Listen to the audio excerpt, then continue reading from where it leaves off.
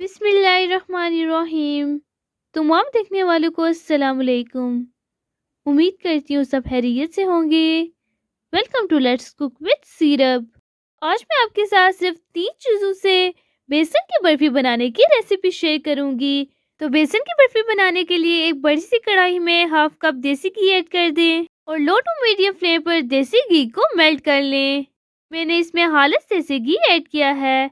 खालिस देसी घी की वजह से मिठाई का जायका और भी बहुत ज़्यादा अच्छा हो जाता है और मिठाई से बहुत ही अच्छी खुशबू आती है।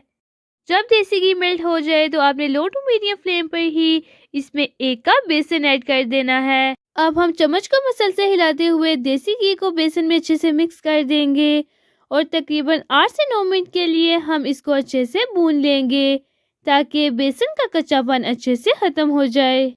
बेसन को भूनते हुए बेसन की एक बहुत ही अच्छी खुशबू आना शुरू हो जाएगी। बेसन को भूनने की वजह से बेसन का कच्चापन बिल्कुल ख़त्म हो जाएगा, जिसकी वजह से बेसन की बर्फी बहुत ही मज़ेदार बनेगी। आपने चम्मच को मसल हिलाते हुए बेसन को भूनना है ताकि बेसन बिल्कुल भी ना जले। और अल्हम्दुलिल्लाह बेसन को भूनते हुए 8 से 9 मिनट हो चुके हैं। अब हम बेसन की बर्फी के लिए चाशनी तैयार कर लेते हैं। इसके लिए किसी फ्राई पैन या सॉस पैन में 1 कप पानी ऐड कर दें और इसमें हाफ कप शुगर ऐड करके पानी में मिक्स कर दें और लो टू मीडियम फ्लेम पर आपने चाशनी को तैयार कर लेना है। और साथ ही आपने इसमें 3 छोटी इलायची ऐड कर देनी है। सब्ज़ इलायची बिल्कुल ऑप्शनल है, अगर आपके पास अवेलेबल हो तो आप ऐड कर दें, वरना स्किप कर दें। और अपनी बेसन की बर्फी को एक अच्छी से रंगत देने के लिए इसमें चुटकी भर येलो फूड कलर ऐड कर दें। फूड कलर सिर्फ अच्छी रंगत के लिए ऐड किया गया है। इसको ऐड करने से बर्फी के जायके में बिल्कुल भी फर्क नहीं पड़ता। इससे अगर आपके पास फूड कलर अवेलेबल हो तो आप ऐड कर दें, वरना स्किप कर दें। अब आपने अपनी बनाई हुई चाशनी को थोड़ा थोड़ा करके बेसन में ऐड कर देना है। तकरीबन 4 से 5 minute low to medium flame पर चाशनी को आपने तैयार कर लेना है। और जब चाशनी में बबल्स आना शुरू हो जाएं, तो आपने चाशनी को 2 हिस्सों में डिवाइड करके बेसन में ऐड कर देना है और चाशनी को बेसन में अच्छे से मिक्स कर देना है। अल्हम्दुलिल्लाह मेरी सारी चाशनी को बेसन में ऐड कर दिया है। अब चम्मच को मुसलसल हिलाते हुए आपने चाशनी को बेसन में अच्छे से मिक्स कर देना है ताकि इसमें गुठलियां बिल्कुल भी ना बने और ये लम्स फ्री बैटर बन के तैयार हो जाए। तकरीबन 2 से 3 मिनट के लिए लो टू मीडियम फ्लेम पर आपने चम्मच को मुसलसल हिलाते हुए इसे पकाते रहना है ताकि बर्फी का ये बैटर थोड़ा सा थिक हो जाए। अब दूध, खोया और मिल्क पाउडर जैसी महंगी चीज़ों को छोड़कर बेसन की बर्फी बनाएं, जो बहुत ही कम बजट में बहुत ही मज़े की तैयार होती है। और आप बहुत ही कम चीज़ों से घर में प्लेट भरकर बेसन की बर्फी बना सकते हैं।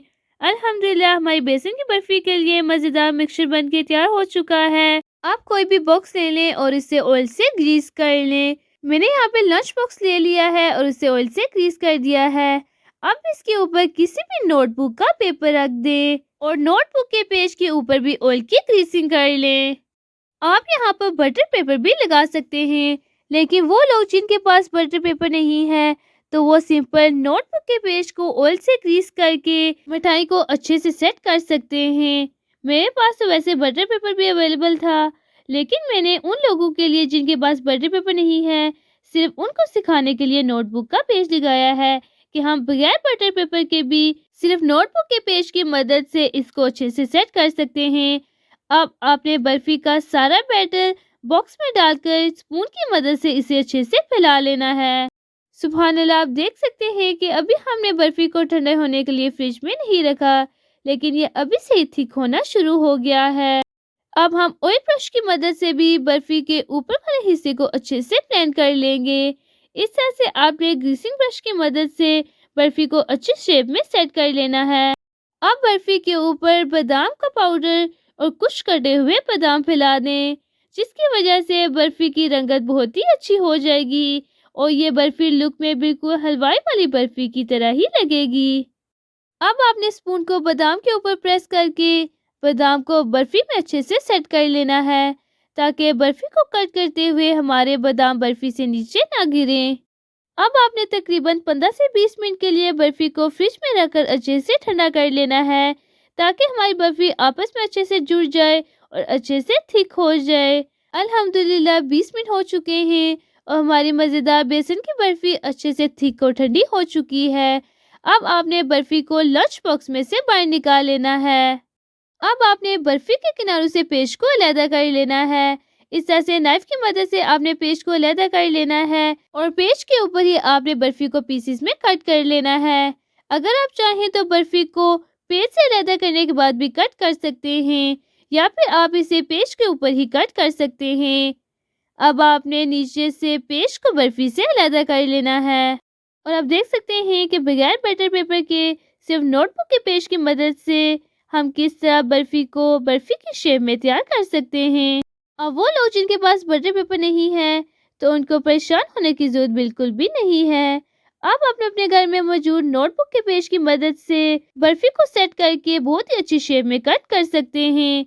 अब बर्फ़ी के सारे पीसेस को प्लेट में डाल दें और सिर्फ 1 कप बेसन की मदद से प्लेट भरकर हमारी मज़ेदार बेसन की बर्फ़ी बनके तैयार हो चुकी है, जो खोए वाली बर्फ़ी की तरह ही बहुत ही सॉफ्ट और मज़ेदार तैयार हुई है। और सिर्फ 3 चीज़ों की मदद से प्लेट भरकर बेसन की बर्फ़ी तैयार है। तो इस तरह की मज़ीद रेसिपीज़ देखने के लिए चैनल को सब्सक्राइब कर लें और अगर आपको आज की बेसन की बर्फ़ी की रेसिपी पसंद आई हो तो वीडियो को लाइक एंड शेयर कर दें। Thanks for watching. अल्लाह हाफ़िज़।